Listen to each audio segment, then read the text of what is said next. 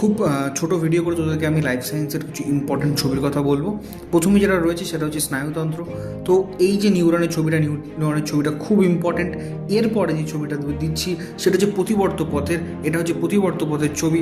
এই প্রতিবর্ত পথের ছবিটাও কিন্তু এবছর খুব ইম্পর্টেন্ট। কিন্তু মনে রাখিস, দেখ, আমরা কিন্তু এই ভরসায় যাবো না যে এই দুটো তোকে অর্ডে থাকলো না।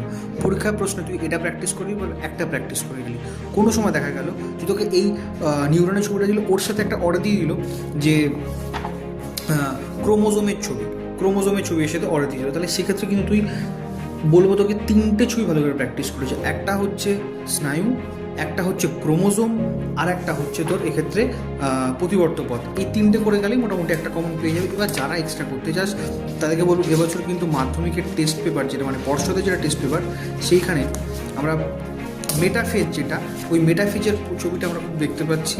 তো মেটাফেজটা খুব ইম্পর্টেন্ট এবছর। তো মেটাফেজটা চাইলে মেটাফেজটা একটু প্র্যাকটিস করবি। আর সপুষ্পক উদ্ভিদের দিনিশেক পদ্ধতি কিন্তু খুব এবছরের জন্য ইম্পর্টেন্ট।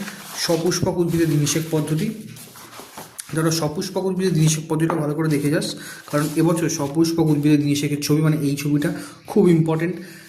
আর এটা হচ্ছে যারা এক্সট্রা করতে চাস, আর যারা খুব শর্টে করতে চাস তাদেরকে আমি সবসময় বলছি দুটো ছবি মাস্ট। একটা হচ্ছে নিউরন, একটা হচ্ছে প্রতিবর্ত পথ।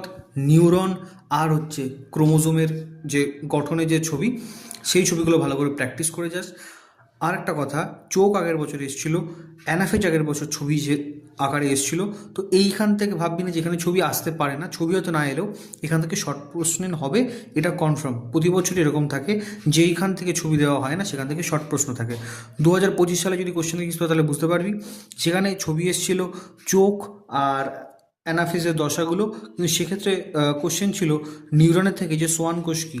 এরকম প্রতি বছরই যেটার ছবি দেওয়া হয় না সেখান থেকে শর্ট প্রশ্ন আসে। তাহলে এবার কিন্তু চোখ থেকেই শর্ট প্রশ্ন আসবে, এটা মনে রাখিস। তো চল, এরকম শর্ট টিপসের জন্য চ্যানেলটাকে সাবস্ক্রাইব করে নে। আর ভালো লাগলে অবশ্যই কমেন্ট, সাবস্ক্রাইব আর শেয়ার করে দিস।